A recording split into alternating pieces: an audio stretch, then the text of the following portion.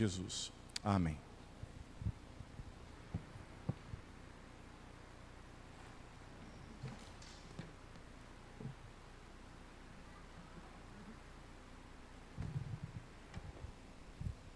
Abramos a palavra de Deus em Filipenses capítulo 4, e nós terminaremos esta bela carta de Paulo àquela igreja, lendo do verso 10 até o final.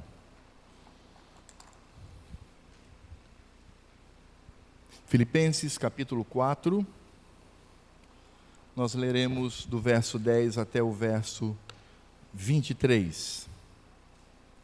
Leitura da palavra de Deus, que diz assim: Alegrei-me sobremaneira no Senhor, porque agora uma vez mais renovastes a meu favor o vosso cuidado, o qual também já tinhais antes, mas vos faltava oportunidade. Digo isto não por causa da pobreza, porque aprendi a viver contente em toda e qualquer situação.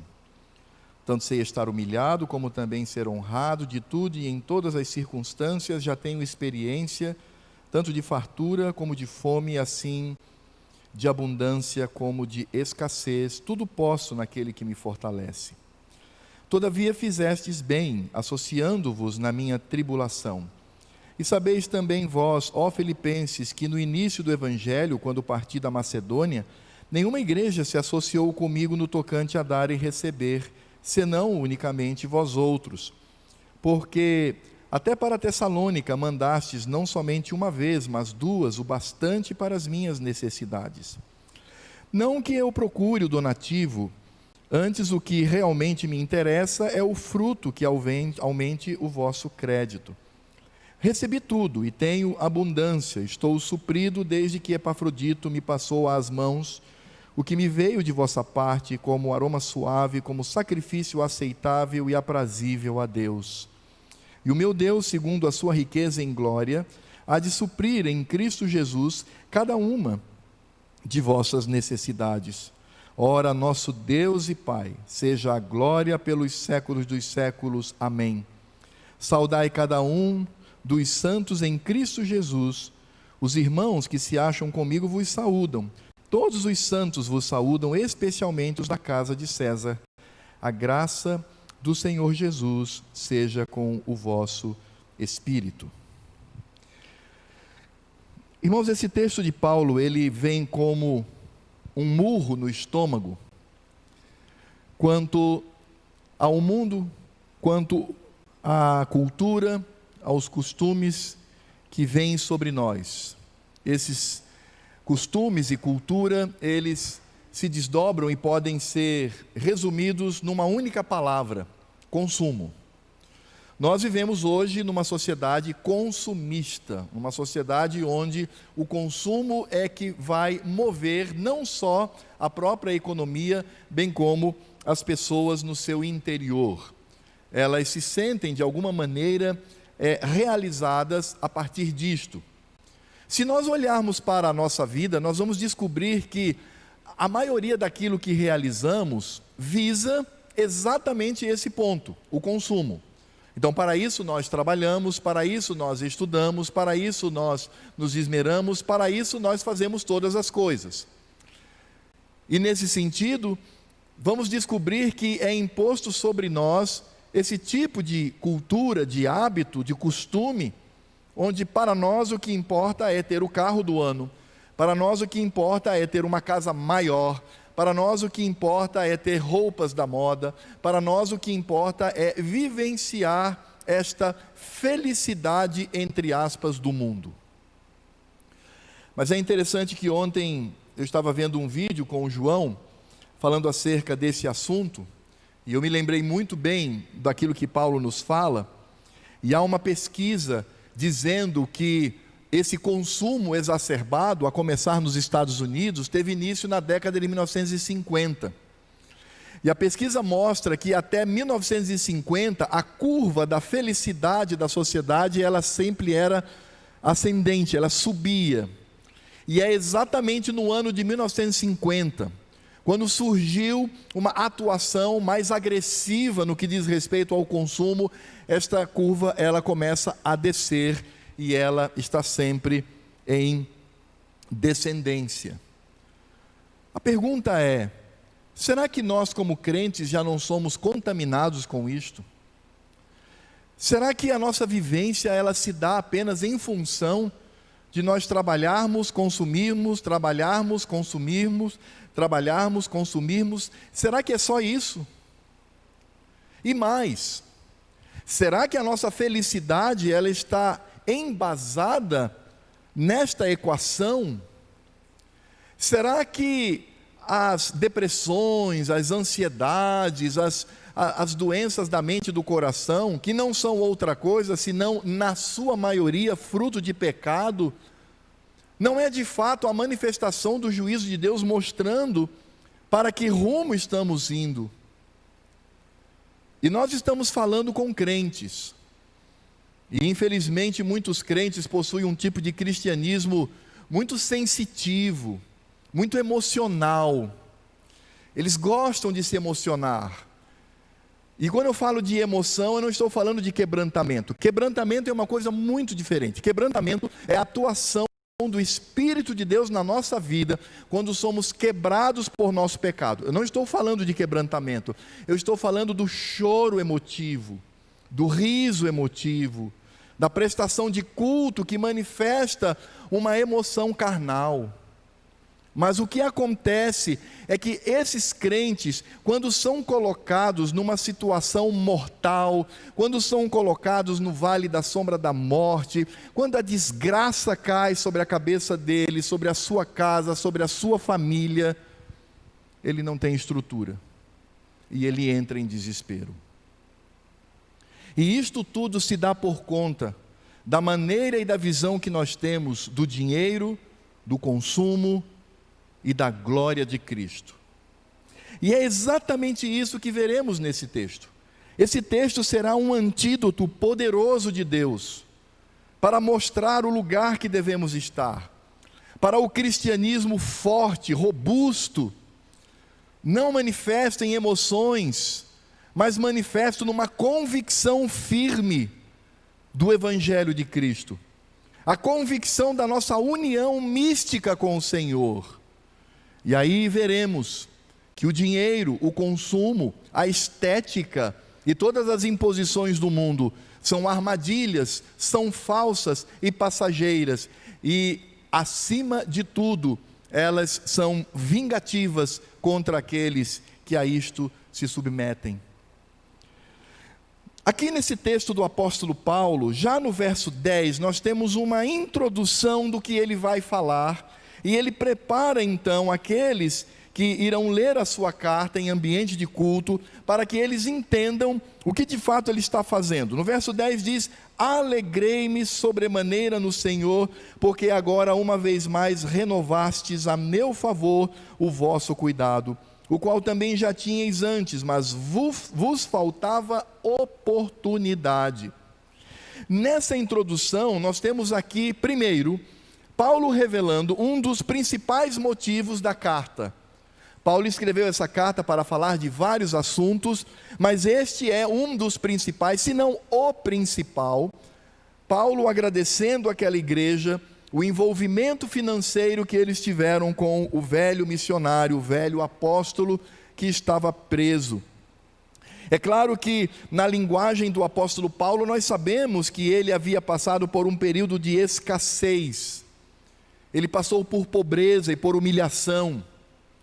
Além de estar preso, possivelmente atado a um soldado, vivendo essa humilhação, como nós já vimos ao longo dessa carta, não tinha mais o direito de sua privacidade, algo tão comum e tão necessário a todos os seres humanos, porque tinha 24 horas um soldado acorrentado, atado ao seu lado.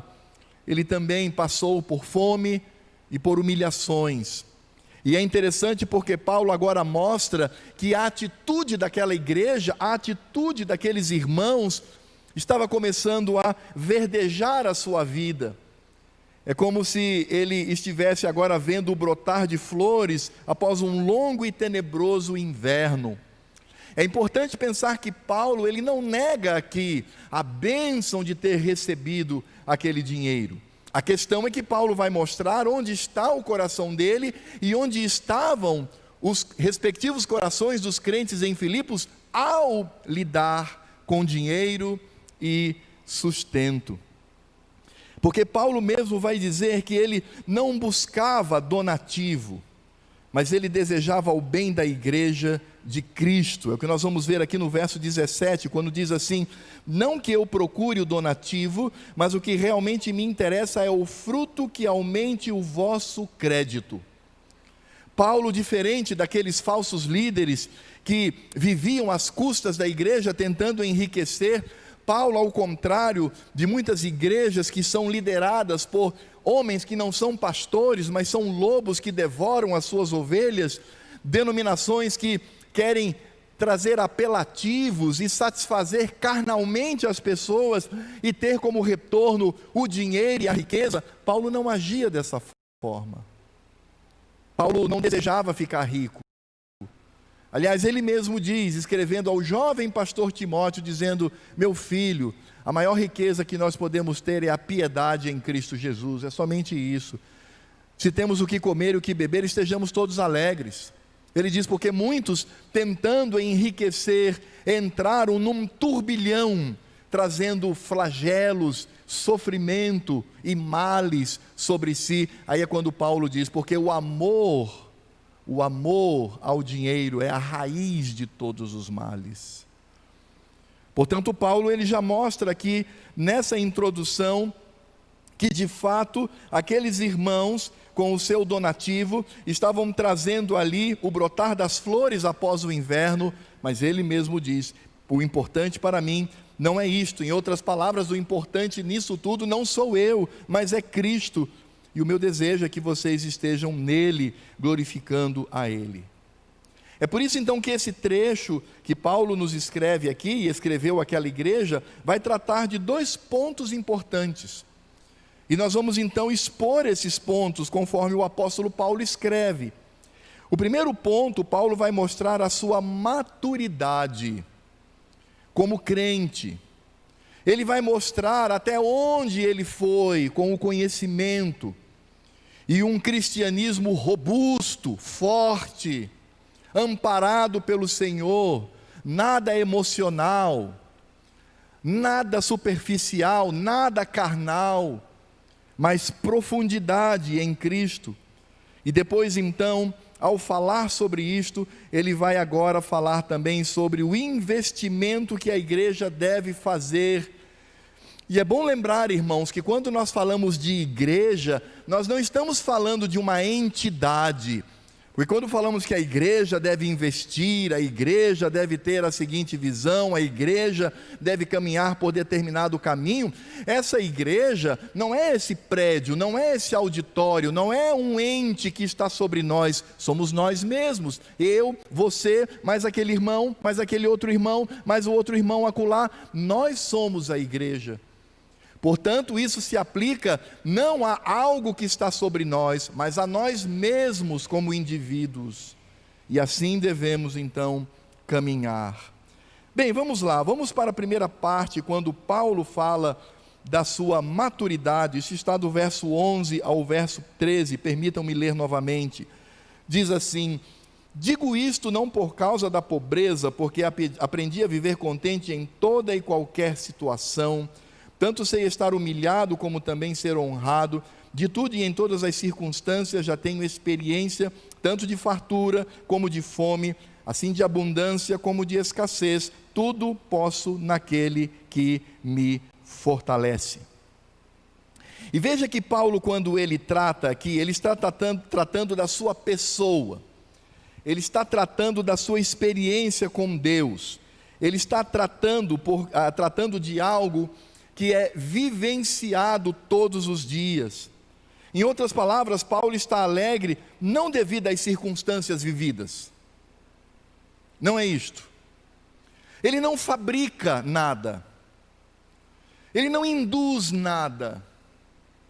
Na sua caminhada, ele não tem atitudes de autoajuda que possam favorecer a sua tão afamada autoestima.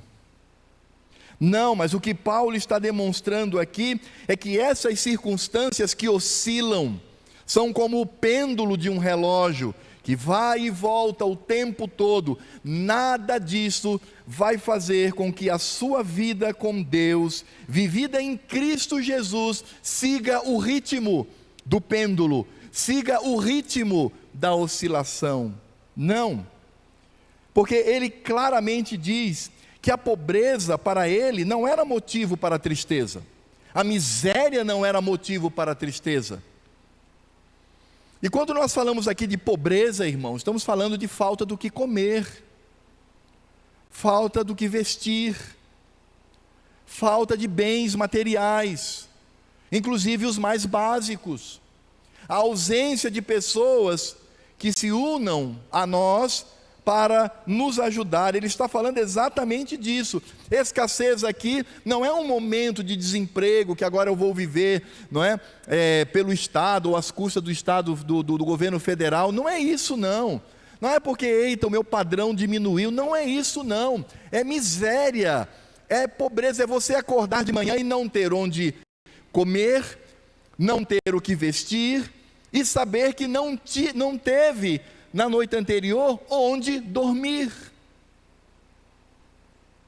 E veja que Paulo está preso, e Paulo havia passado por uma grande escassez. Por isso ele diz que o contentamento dele permanecia firme nas oscilações da vida. Ele era o mesmo. O que Paulo está dizendo é que era o mesmo homem diante de Cristo, era o mesmo coração. Esse coração não dependia das circunstâncias em que ele vivia. E é claro que aqui ele fala de contentamento. Ele não fala de resignação. Ele não fala de aceitar as agruras porque não tem jeito. Ele não fala de baixar a guarda e ceder porque não há mais o que fazer. Não, ele está falando de contentamento, de felicidade. É isso que ele está dizendo.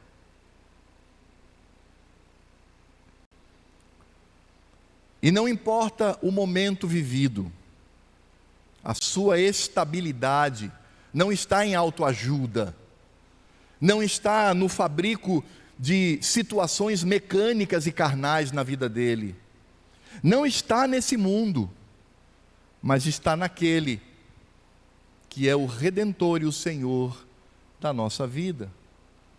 E aí percebemos que Paulo, com o seu testemunho, ele vai mostrar: eu não sou deste mundo, eu sou peregrino sobre esta terra.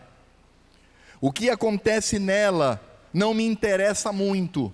O que me interessa é a pátria celeste, para onde estou indo, pelos braços de Cristo Jesus. Talvez a figura que nós poderíamos trazer aqui seja de um navio em alto mar. Os irmãos sabem que o navio, às vezes, por alguma situação técnica ou de outra ordem, deve estabilizar no meio do oceano. E o que então o capitão manda fazer?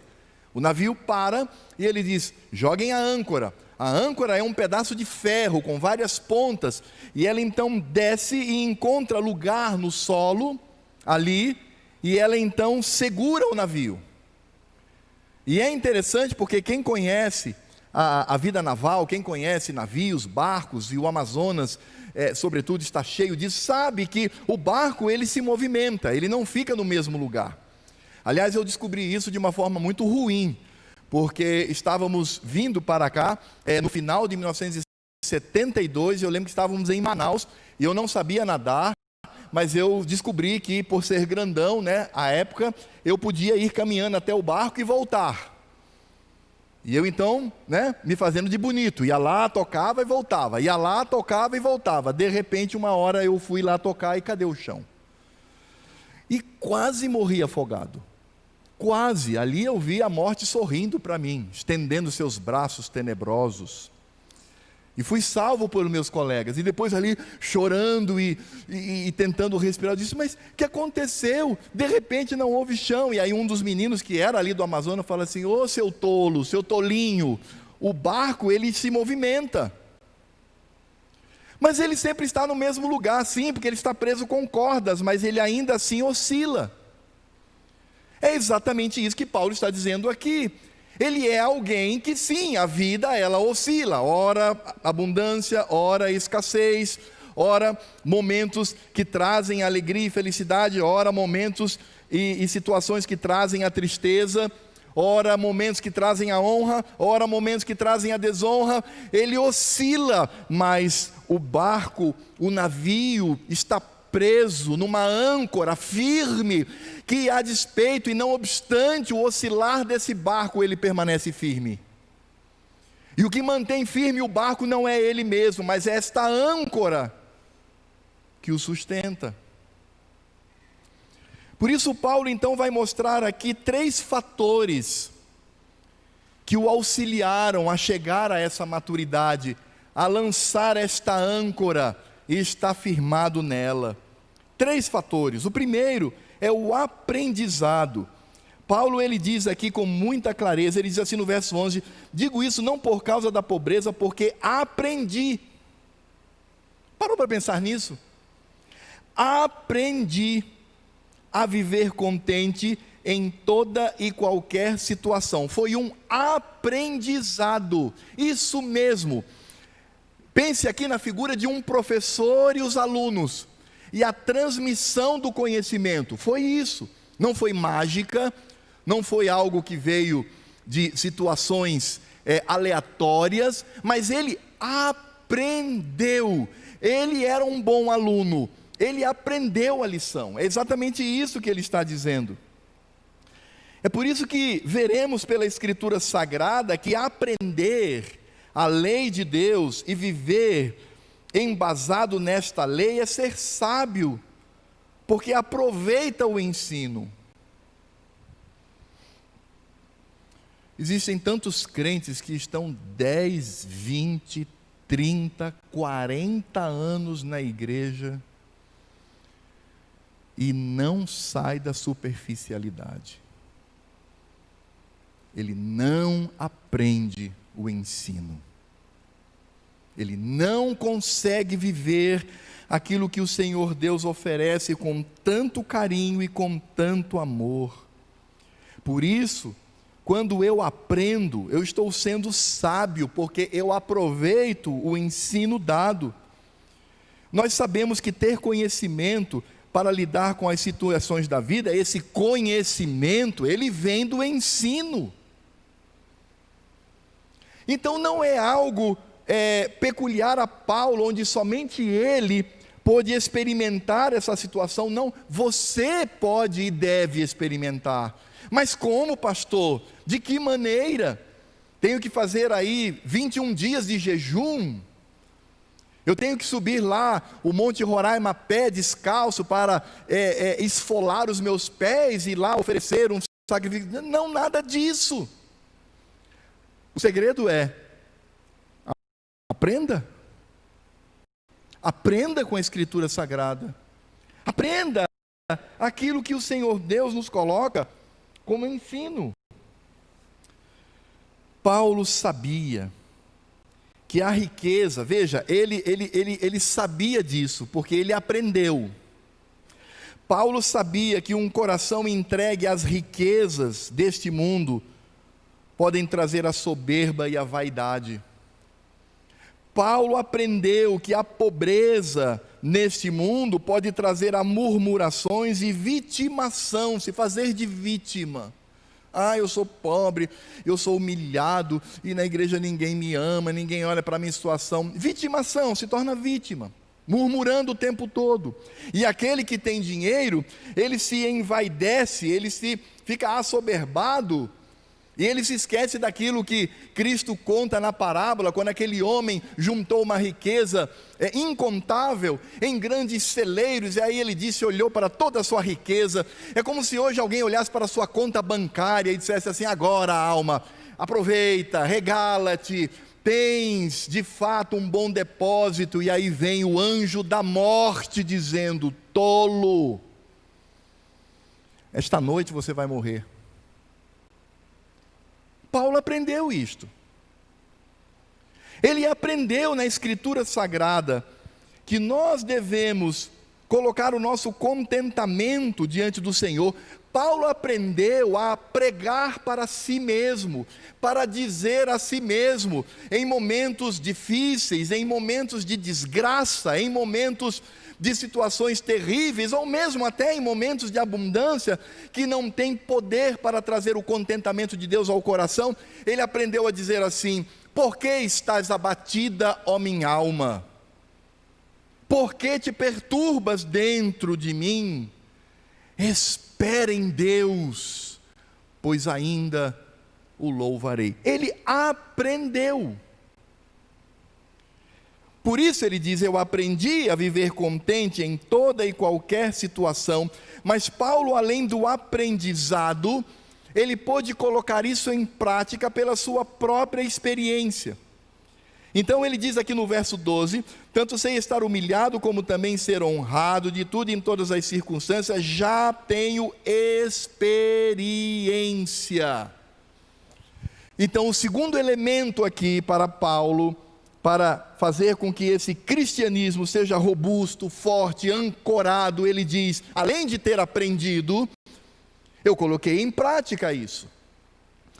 A palavra experiência aqui era uma palavra muito particular, usada em algumas religiões de mistério para o iniciado, quando ele entrava naquela religião e ele começava agora a vivenciar as experiências religiosas. Paulo então, ele redime a palavra, ele redime esse termo, ele toma esse termo para dizer: olha, eu descobri o segredo. É o que Paulo está dizendo: na minha vivência, na minha experiência, eu apliquei o que eu aprendi.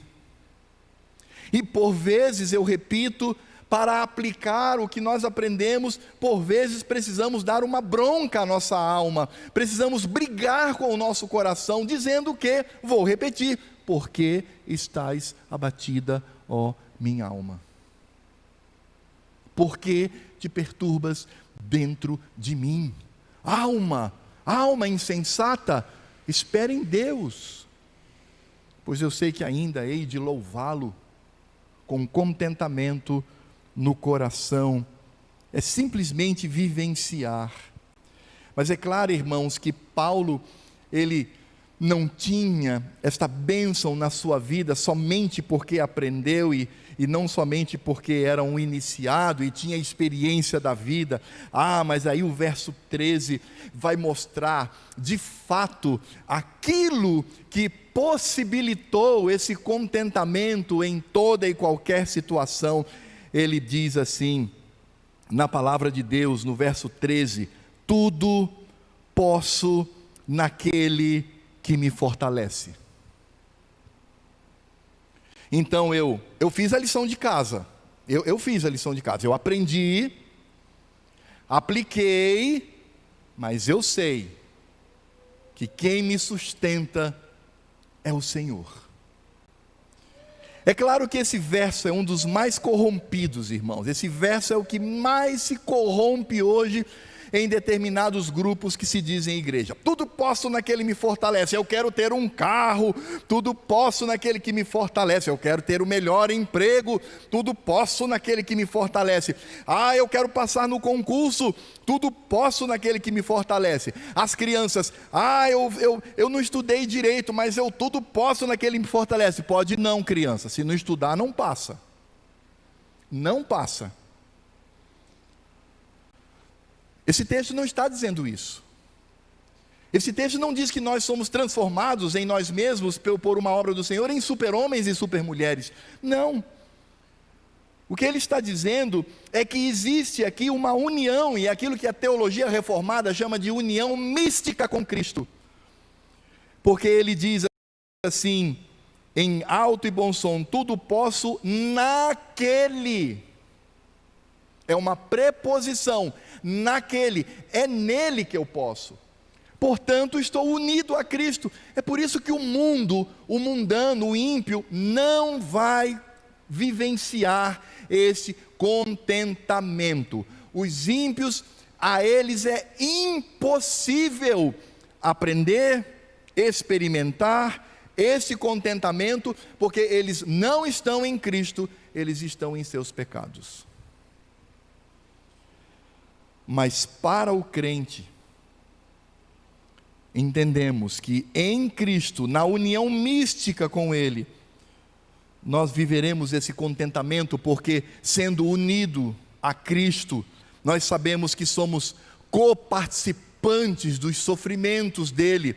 Aliás, a Escritura Sagrada tem uma expressão que é muito forte.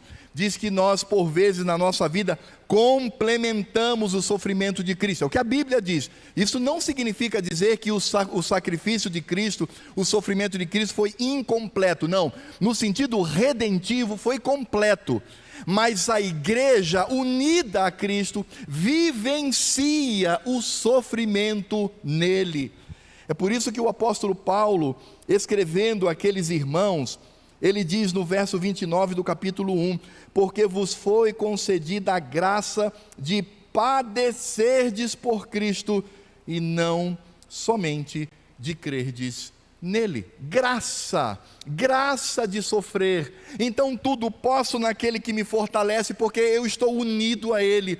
Eu e Cristo somos uma única pessoa, e por isso ele me fortalece. A força que eu tenho vem dele nesta união. É como se você olhar para um soldado com armas nas mãos, mas sozinho, individual, num campo de batalha. Outra coisa é você ver esse mesmo soldado dentro de um tanque de guerra. Tem diferença? Quem tem mais vantagem? O soldado sozinho ou aquele que está num tanque de guerra? Esse é o significado de tudo posso naquele que me fortalece. Eu estou em Cristo Jesus. A expressão posso, utilizada por Paulo, aponta para a capacidade de domínio. Eu domino o inimigo. Ele não prevalece contra mim, mas eu prevaleço contra ele. Eu venço sempre. Mas por quê? Porque eu estou sozinho, correndo, baseado nos meus coturnos e nas minhas botas? Não, porque eu estou nele, eu estou em Cristo, por isso sou vencedor. E é interessante porque o tempo do segundo verbo, me fortalece, traz a ideia, o seu tempo verbal no original, traz a ideia de uma ação contínua. Então não é algo que Cristo fez uma vez só, não, ele faz o tempo todo. Interessante porque o jogo de palavras aqui por Paulo, vale a pena entender. Quando ele diz tudo posso, esse posso é uma atuação cabal, completa. Eu estou entregue completamente a Cristo. E a atuação de Cristo é algo contínuo, vai acontecendo todos os dias na minha vida. Então o que Paulo nos mostra aqui é que devemos aprender, experimentar e viver em Cristo Jesus. E volto a dizer, isto não vem de cristianismo, de evangelho superficial. Isso não vem de movimento gospel. Isso não vem das musiquinhas que estão aí nas paradas de sucesso, musiquinha evangélica. Isto vem de uma atuação profunda e de uma vida íntima com Cristo. E nele vivermos para a sua glória. E saber que ele mesmo diz: não vos sobreveio tentação que não fosse humana, mas Deus é fiel e não permitirá que sejais tentados além das vossas forças. Pelo contrário, juntamente com a tentação, vos proverá livramento, de sorte que a possais suportar. E é interessante que quando Paulo escreve isto, ele em seguida diz: filhinhos, cuidado com os ídolos. Cuidado com os ídolos na sua vida. É uma promessa. Portanto, você precisa viver em Cristo. Você precisa ter vida com Cristo.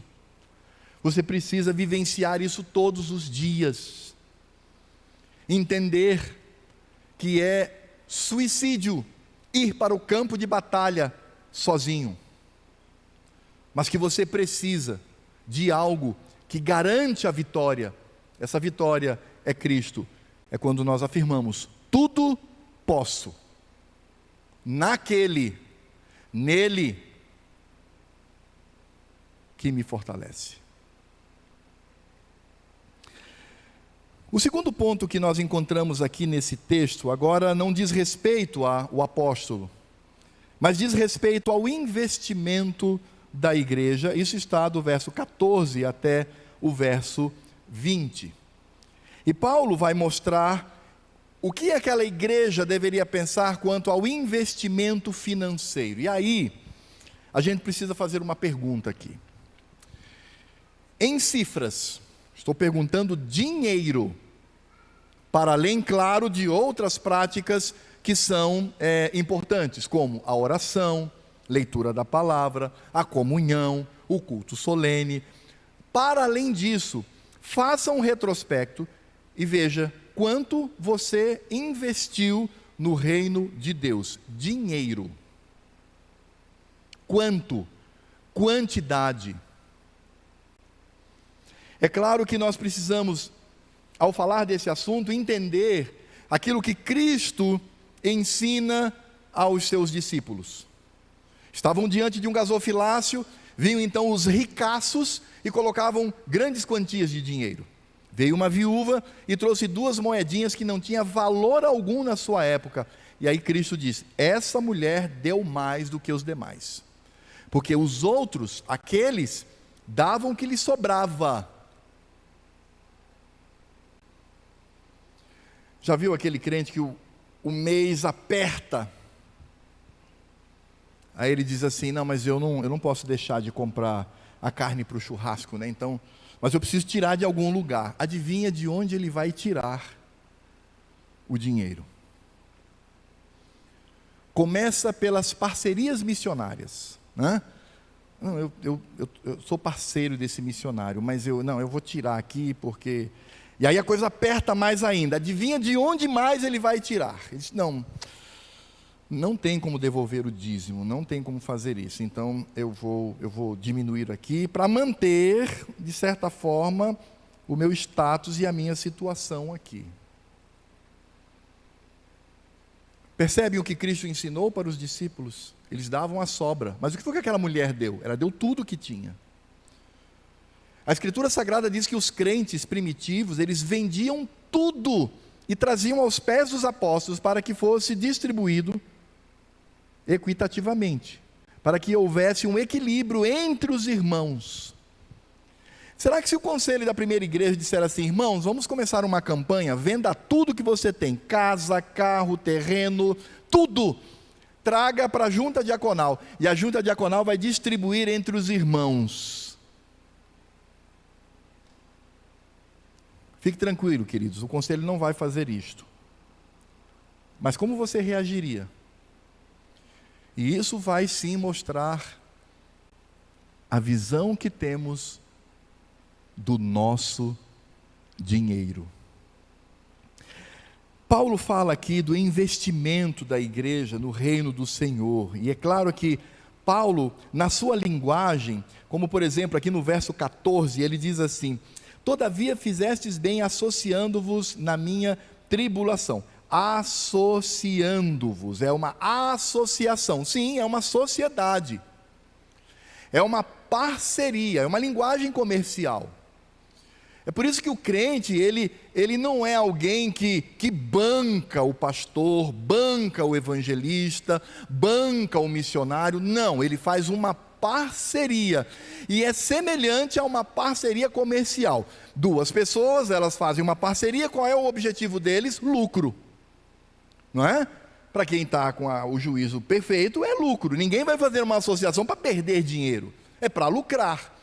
Só que aqui, quando nós olhamos da forma horizontal, mundana e carnal, não necessariamente pecaminosa, mas quando nós olhamos por esse olhar horizontal, nós vamos descobrir que esse investimento é a fundo perdido. Porque aqueles crentes, eles não teriam lucro, eles não teriam retorno, eles não teriam como ter juros e dividendos, eles não teriam como receber de volta mais do que aquilo que investiram. E veja que Paulo, ele insiste nessa linguagem comercial. No verso 15, ele diz assim: e sabeis também vós, ó Filipenses, que no início do Evangelho, quando parti da Macedônia, nenhuma igreja se associou comigo, de novo a palavra, e aí ele vai explicar de que maneira, no tocante a dar e receber. Essa palavra traduzida por dar e receber, é literalmente crédito e débito. Ninguém fez sociedade comigo nesta relação de crédito e débito. Mas aí você vai dizer o seguinte: mas Paulo, acho que você está meio confuso aí, porque eu acho que quando eu faço parceria com pastores, evangelistas, missionários, obreiros, quando eu faço isso é só débito, porque não tem retorno. Mas por que Paulo fala de crédito? Porque aí demonstra a visão que os crentes devem ter. Porque, não obstante o verso 14, quando ele diz assim: todavia fizeste bem associando-vos na minha tribulação, e Paulo aqui está dizendo, vocês se associaram do ponto de vista financeiro, dos números, da cifra, vocês se juntaram com um cara que só dá prejuízo. Não obstante isto, Paulo tratou aquela associação comercial. É isso mesmo, irmãos, é isso, você não ouviu errado. Paulo tratou daquela associação, daquela parceria econômica como algo extremamente lucrativo. E é claro que Paulo, nesse sentido, ele tinha o desejo de ensinar aqueles irmãos sobre o fato da proporcionalidade do bem quanto aos serviços de Deus pela misericórdia. Ou seja, quando eu invisto no reino de Deus, eu estou proporcionando o bem-estar de um servo, de uma serva de Deus. Veja só o que diz 2 Coríntios, capítulo 2, 2 Coríntios, capítulo 11, verso 9. Preste atenção no que Paulo está dizendo aqui. Ele está dizendo aqui, e estando entre vós, em Corinto, ao passar privações, não me fiz pesado a ninguém, pois os irmãos, quando vieram da Macedônia, então leia Macedônia, como também a inserção da igreja de Filipos. A igreja de Filipos era a principal, ou uma das principais da Macedônia. Então ele diz assim: pois os irmãos, quando vieram da Macedônia, supriram o que me faltava, e em tudo me guardei, e me guardarei de vos ser pesado. Paulo está dizendo para aquela igreja: vocês reclamam tanto por se envolverem comigo, nesse dar e receber, não se preocupe não. Igreja de Corinto, não se preocupe não, os irmãos lá da Macedônia, eles investem, eles estão numa parceria comigo, eles enviam, eu não vou ser pesado a vocês não, eu já sou sustentado por aqueles queridos irmãos. E nesse sentido, é que nós vamos perceber que esse investimento é um ato de misericórdia que agrada ao Senhor, porque ajudamos a pessoas necessitadas.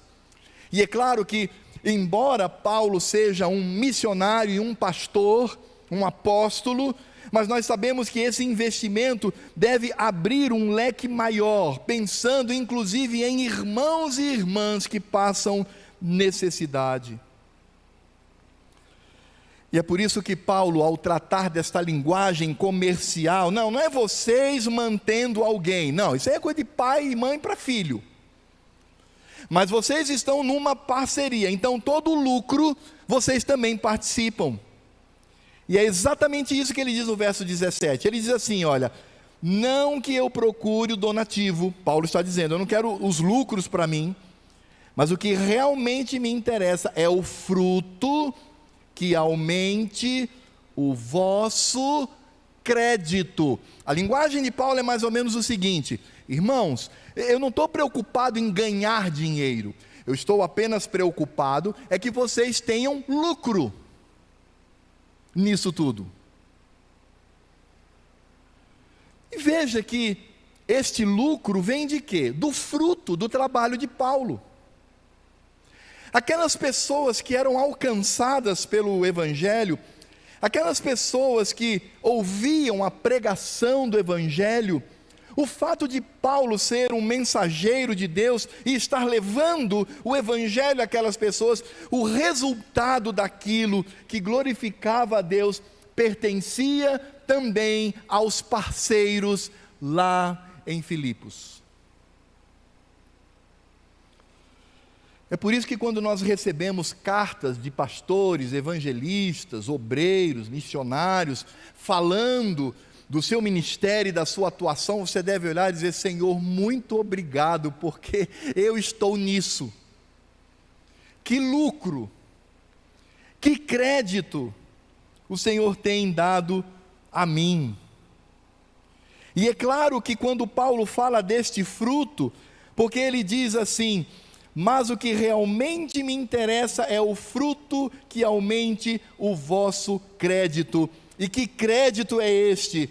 Dá uma olhada nos versos 21 e 22, lá no finalzinho, já na saudação e bênção final, ele diz assim, saudai cada um dos santos em Cristo Jesus. Agora olha o relatório de Paulo: os irmãos que se acham comigo vos saúdam, todos os santos vos saúdam, especialmente os da casa de César. Sim, irmãos, temos aqui conquistado irmãos na casa de César, romanos, soldados, oficiais, pessoas que estão ao nosso redor. Sim, elas estão se entregando a Cristo Jesus, e isso é lucro, isso é alegria, isso é crédito. E Paulo diz assim: por isso eu não estou preocupado em ficar mais rico com o din-din, com o dinheiro.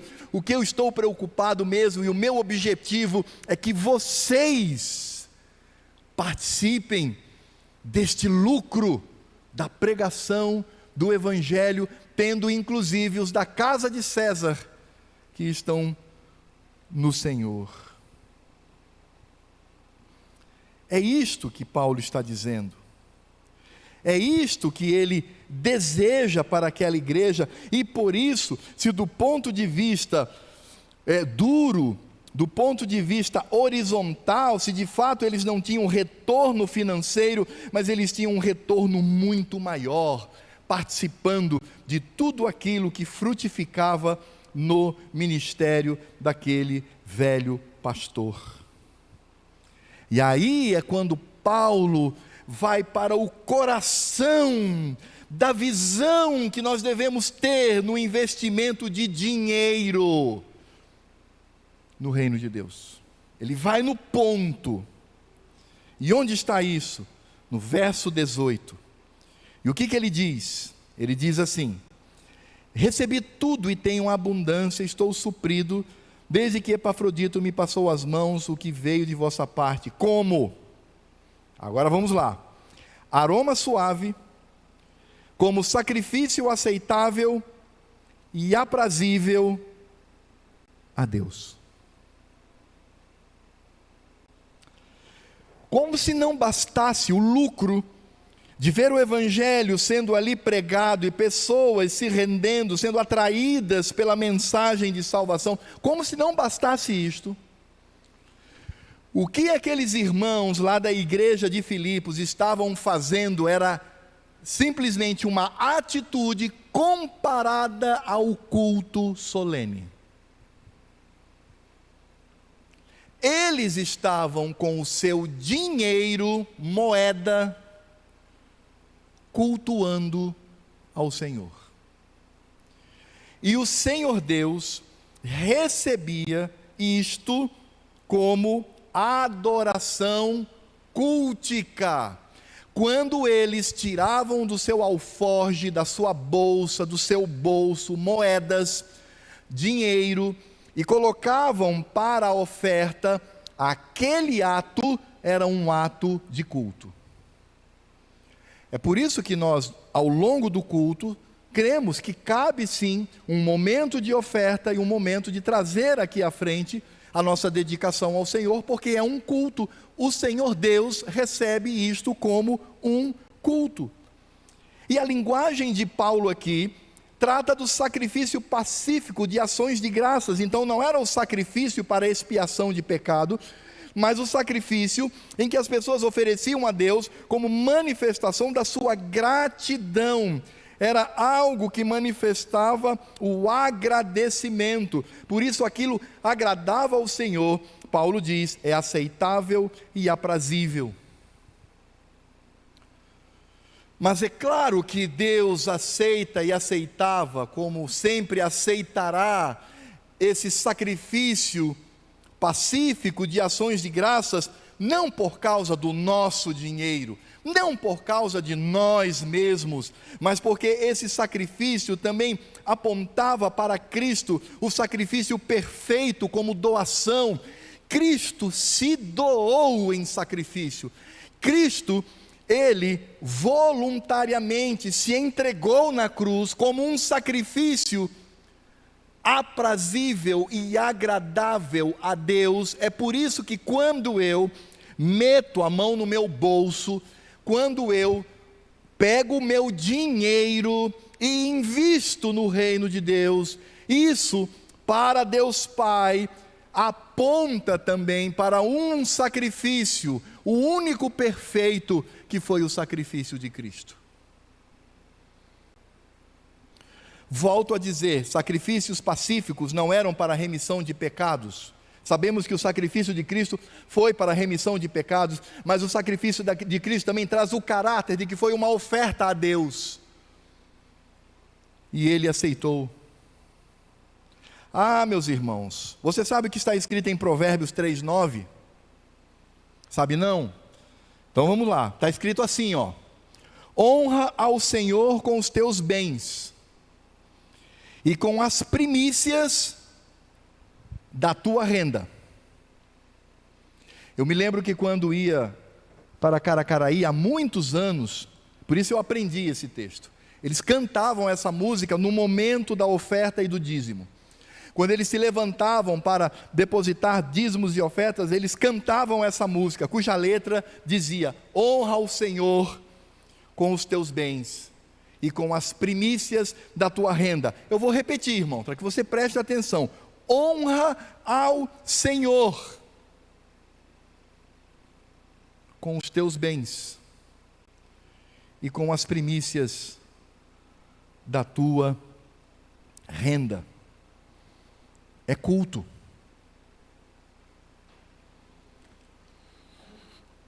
E nós sabemos que o nosso coração muitas vezes não age dessa forma. Sabe por quê?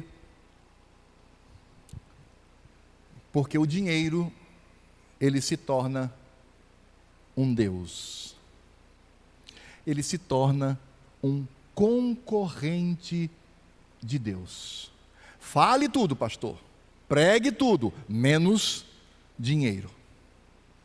Dinheiro aí é muito particular, muito íntimo. Não é não. Não é não. Dinheiro diz respeito a todo o conselho de Deus. E nós precisamos entender isto com clareza, entendendo o que a Escritura Sagrada, ela nos diz. Mas talvez venha aquela desculpa, não é? Pastor, mas aí veja bem, não é?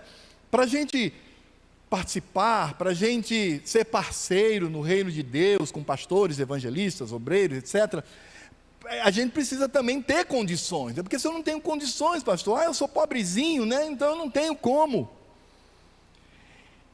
Irmãos, quando nós olhamos para o verso 19, e Paulo diz assim: e o meu Deus, segundo a sua riqueza em glória, há de suprir em Cristo Jesus cada uma de vossas necessidades. Quando nós lemos isso aqui, isso passa, né? Fica en passant, como dizem os franceses. É uma leitura assim rápida, né? Paulo só está assim, ele está tão agradecido que ele então diz assim: e o Deus, segundo a sua riqueza em glória, há de suprir em Cristo Jesus cada uma de vossas necessidades. Mas não é bem assim. O que Paulo está dizendo aqui é que aquela igreja passava necessidade. Era uma igreja, na sua maioria, formada por pobres, e Paulo, inclusive, inclui toda a região que está ali. Preste atenção no que Paulo diz em 2 Coríntios, capítulo 8, versos de 1 a 5. Preste atenção, e Paulo menciona, inclusive, a igreja de Filipos. Ele diz assim, também, irmãos, vos fazemos conhecer a graça de Deus conhecida às igrejas da Macedônia, onde estava a igreja de Filipos. Porque no meio de muita prova, de tribulação, manifestaram abundância de alegria. Opa, aqueles crentes também, né? Eles aprenderam a lição, estavam experimentando na sua vida e eram fortalecidos em Cristo, né? Porque ele diz aqui, com muita clareza, no meio de muita prova e de tribulação, manifestaram abundância de alegria. E a profunda pobreza deles, eram paupérrimos, e a profunda pobreza deles superabundou em grande riqueza da sua generosidade. Tribulação, estavam alegres. Eram paupérrimos, extremamente generosos. Porque eles, testemunho eu, agora Paulo vai contar aqui o que aconteceu. Na medida de suas posses e mesmo acima delas, preste atenção, na medida ou acima delas, se mostraram voluntários pedindo-nos, com muitos rogos, eles insistiam, eles falavam o tempo todo, a graça de participarem da assistência aos santos. Esses santos aqui eram lá de Jerusalém, tinham nada a ver com eles, eles eram de Filipos, eram cidadãos romanos, tinham títulos e mais títulos diante do império. Aí aquele grupinho lá, aquele grupelho lá na Palestina, de bárbaros, de primitivos, estavam passando necessidade. Esses irmãos aqui também passavam necessidade, mas eles diziam, nós queremos participar da assistência dos santos, dos nossos irmãos lá. E não somente fizeram como nós esperávamos, mas também deram-se a si mesmos, primeiro ao Senhor, depois a nós, pela vontade de Deus. Alguns comentaristas dizem que essa expressão, deram-se a si mesmos a nós, significa dizer o seguinte, preste atenção. Um sujeito, ele diz assim, eu não tenho dinheiro para doar, mas eu entrei em acordo com a minha esposa, e nós vamos conseguir dinheiro para doar. Como, meu irmão? Eu e minha esposa vamos nos vender como escravos. E vamos passar o resto da nossa vida com a marca da orelha que era da escolha pela escravatura voluntária. Eles colocavam a orelha no portal e o Senhor furava com uma suvela. E ali ele estava marcado para até o fim da sua vida ser escravo. Ele dizia, nós vamos fazer isso, porque aí nós teremos dinheiro para mandar aos nossos irmãos lá na Palestina, lá em Jerusalém.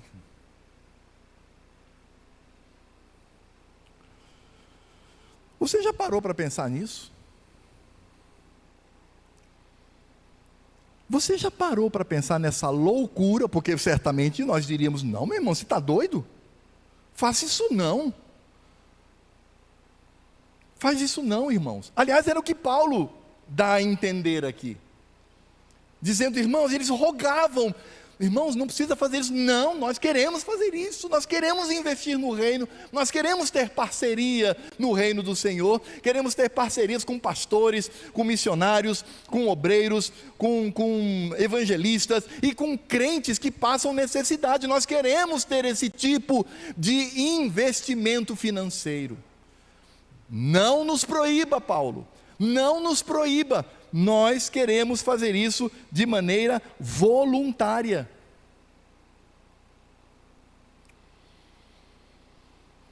É por isso que Paulo diz: eu rogo, meus amados irmãos, que Deus venha supri-los nas necessidades que vocês vivem.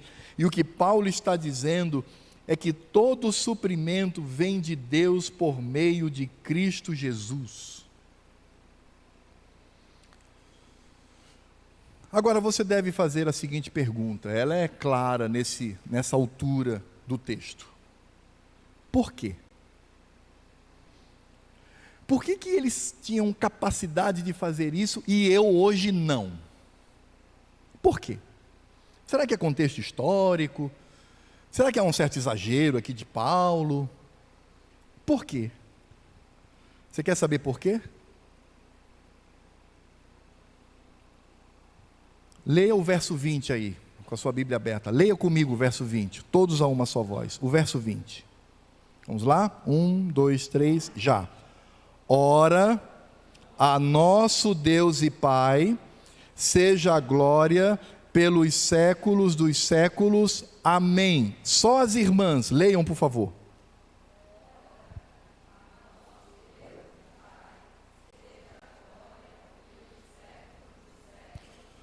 Os homens e homens, leiam com o coração esse texto, por favor.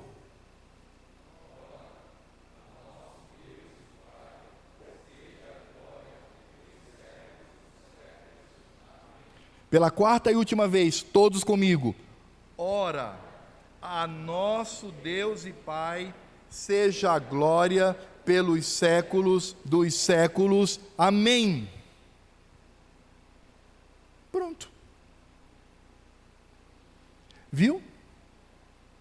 Viu como é simples? Viu qual era a motivação daqueles crentes? A motivação não era, em primeiro lugar, amor pelos perdidos. A motivação, em primeiro lugar, não é para que as pessoas vejam que a nossa igreja e eu mesmo contribuo com pastores e tal. Não era nada disso. Era a glória de Deus Pai, e isto ocorria por meio de Cristo. Porque caso você não tenha percebido, Paulo vai mencionar Cristo aqui, de 10 a 23, Paulo vai mencionar Cristo 8 vezes. 8. No verso 10, ele diz: alegrei-me sobremaneira no Senhor. A alegria é em Cristo. No verso 13 ele diz: tudo posso naquele que me fortalece. Este é Cristo. No verso 15, o trabalho era a pregação do Evangelho. Ele diz: e sabeis também vós, ó Filipenses, que no início do Evangelho, o que é Evangelho? É a pregação. A pregação de quem? De Cristo. No verso 18, como nós vimos, o sacrifício se assemelha àquilo que Cristo ofereceu de forma aceitável ao nosso Deus, quando Paulo diz assim: recebi tudo e tenho abundância, e estou suprido desde que Epafrodito me passou as mãos, o que me veio de vossa parte como aroma suave, como sacrifício aceitável e aprazível a Deus, é Cristo. No verso 19, Paulo diz: todo suprimento se dá em Cristo Jesus, e o meu Deus, segundo a sua riqueza em glória, há de suprir em Cristo Jesus. No verso 20, a glória concedida a Deus Pai, ela só pode ocorrer, e está implícito aqui no texto, irmãos, que esta glória é dada, porque Paulo repete isso em outros lugares, mostrando de fato que toda a glória dada a Deus, ela é dada em Cristo Jesus, por meio de Cristo Jesus. Nos versos 21 e 22, mostra que aqueles crentes, eles estavam em quem? Em Cristo. Ele diz no verso 21, saudai cada um dos santos em Cristo. Os irmãos que se acham comigo vos saúdam. Todos da casa de César vos saúdam especialmente, todos os santos vos saúdam, especialmente os da casa de César. Eles estão em Cristo Jesus. Então a alegria é de Cristo, o fortalecimento é de Cristo, o trabalho de pregação é por Cristo, o sacrifício se assemelha ao que Cristo ofereceu ao Pai, todo o suprimento da igreja vinha de Cristo, a glória concedida a Deus só é possível por meio de Cristo. Os convertidos de lá e de cá também estão em Cristo Jesus. E aí então no verso 23 Paulo diz: a graça do Senhor Jesus seja com o vosso espírito. A graça de quem? De Cristo. Essa é a diferença. Ou eu lido com o dinheiro e as circunstâncias da vida pela minha própria força carnal, emotiva, mecânica, fabricada. Tem muito crente que vive cristianismo desse jeito. Ou a minha vida, ela está em Cristo Jesus. Eu perguntaria nessa noite: como anda as suas emoções diante dos dilemas da vida? A sua resposta vai dizer se você está ou não em Cristo Jesus. A segunda pergunta é: quanto de dinheiro você investe no reino de Deus? A sua resposta vai dizer o quanto você está em Cristo Jesus ou não.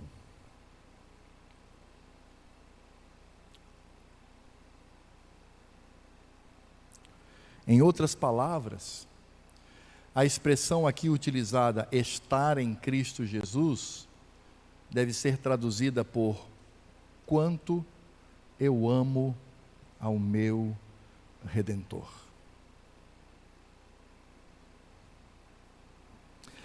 Eu gostaria de encerrar trazendo 3 aplicações para a nossa vida. A primeira aplicação é esta. Pense bem, irmãos. Onde reside a nossa alegria e contentamento num mundo hedonista? As crianças já aprenderam o que significa hedonista. As crianças já sabem. Hedonista significa buscar só o prazer, os interesses pessoais.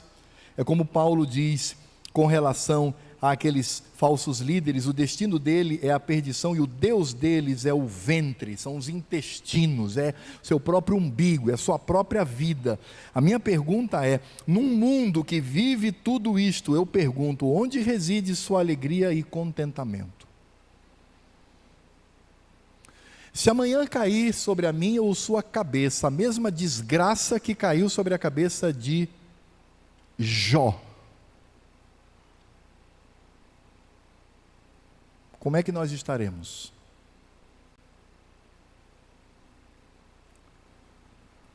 Se nesse mês acontecer conosco o que aconteceu com o diácono Estevão, como estaremos? Se eu sei da necessidade do investimento no reino de Deus, e a nossa igreja, caso não saibam, existe um departamento missionário chamado Grupo de Ação Missionária, onde crentes se associam durante um ano. Se eu sei que a minha igreja tem isto, se eu sei que há obreiros, missionários, evangelistas, se eu sei que há uma junta diaconal que traz auxílio àqueles que padecem necessidade, se eu sei disso, por que não invisto?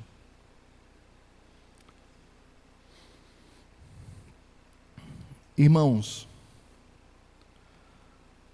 daí vem a segunda aplicação. Qual é a visão que eu tenho de reino de Deus? Qual é a visão que eu tenho do reino de Cristo?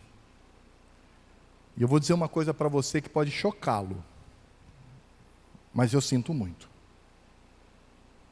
A visão que você tem do reino de Deus também é diametralmente ligado ao quanto você investe financeiramente no reino de Deus. É mensurável. E quando eu falo aqui de mensuração ou medida, eu não estou falando de quantidade. Eu tenho muito dinheiro, então eu posso doar aí 1 milhão para a igreja e isso para Deus não significar absolutamente nada. Porque foi como Cristo disse: os que davam muito, davam a sobra. Aquela mulher que trouxe 2 moedinhas que não compravam nada na sua época, deu tudo que tinha. Ela voltou glorificando a Deus. Não é quantidade, é qualidade. A pergunta é a seguinte: quanto vale o reino de Deus dentro do seu orçamento? Vou repetir. Quanto vale o reino de Deus dentro do seu orçamento? Isso vai mostrar a dimensão do meu amor para com Cristo. Lamento dizer isto, irmãos, mas é o que a Escritura Sagrada nos diz.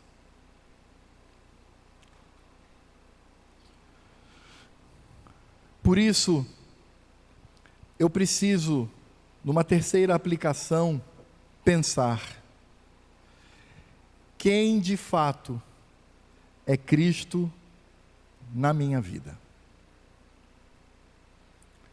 As coisas de Cristo e do reino de Deus em segundo plano, por vezes enfadonha, por vezes não merecedora do meu envolvimento, por vezes não vale a pena, não precisa.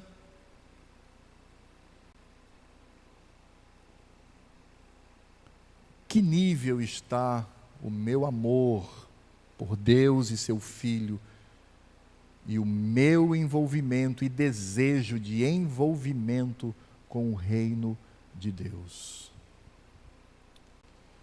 E o meu envolvimento com Ele não se restringe a este momento muito especial, porque nesse momento nós estamos antecipando o culto celeste que prestaremos a Cristo por toda a glória.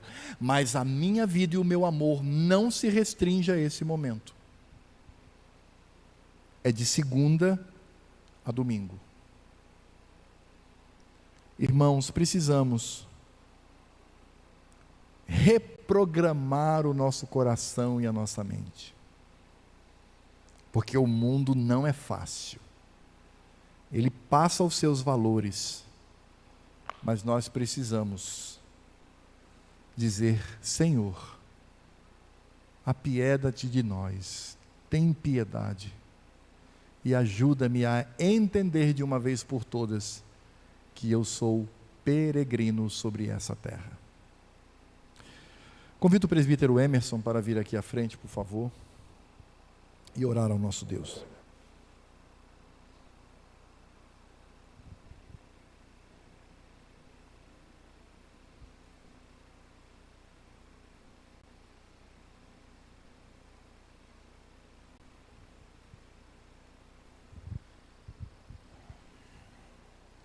Senhor Deus, tenha misericórdia da nossa vida, Senhor. Primeiramente, Senhor, que depois de uma palavra dessa, Senhor, de confrontamento, Senhor, onde coloca nossas vidas diante de Ti, onde a gente pensa muitas coisas, nossas prioridades, nossas primícias, Senhor, a gente se envergonha muitas vezes, Senhor. Primeiro, cria em nós, ó Pai, um sentimento de contentamento, ó Pai, como Paulo colocou aqui. Que tenhamos, ó Pai, alegria em todos os momentos. Sei que é difícil porque somos humanos, somos pecadores, somos falhos, mas o que habita em nós, ó Pai, é o Teu Espírito Santo, e é Ele que vai fazer isso em nossa vida, Senhor. Cria esse sentimento de contentamento em nós, ó Pai. Nós sabemos, mas que possamos praticar isso em nossa vida. Também, ó Pai, que possamos, ó Pai, pensar no reino, porque, como foi colocado aqui, nós somos peregrinos, ó Pai, nesta terra. É claro, Senhor, nós tentamos passar estudamos, trabalhamos, para que para suprir as nossas necessidades e nos dar o conforto. Mas que isso não esteja no nosso coração, ó Pai. Que o nosso coração esteja no Teu nome, o nosso coração, ó Pai, esteja voltado, Senhor, para Ti, para que tudo, ó Pai, possamos fazer, possamos pensar, possa ser para a glória do Teu nome, inclusive, ó Pai, os nossos bens, os nossos ganhos, os nossos recursos, tudo que temos, ó Pai, seja para a glória do Teu nome. Que possamos, ó Pai, não ser apenas ouvintes, como diz a Tua palavra, mas sejamos praticantes, ó Pai, da Tua palavra. É difícil uma palavra dessa, ó Pai, de um tema tão difícil, ó Pai, tão complicado, dificilmente pregado na igreja, Senhor, mas é a Tua palavra que diz, ó Pai, nós não podemos fugir dela. Então, que Teu Espírito Santo, ó Pai, confronte como confrontou o meu coração e confronte todos aqui, porque a Tua palavra não volta vazia, Senhor, tudo existe um propósito.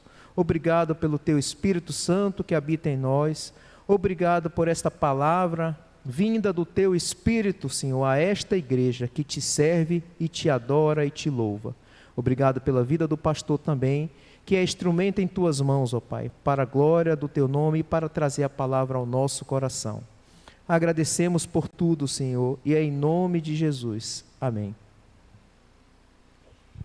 E agora que a graça do Senhor Jesus, graça maravilhosa, que o amor de Deus Pai, amor tão intenso por cada um de nós, e a consolação do Espírito de Cristo, que também é o Espírito do Pai, consolação necessária para a nossa caminhada nessa terra, sejam sobre este rebanho, sobre todo o rebanho de Cristo espalhado por essa terra, até que Ele venha. Maranata.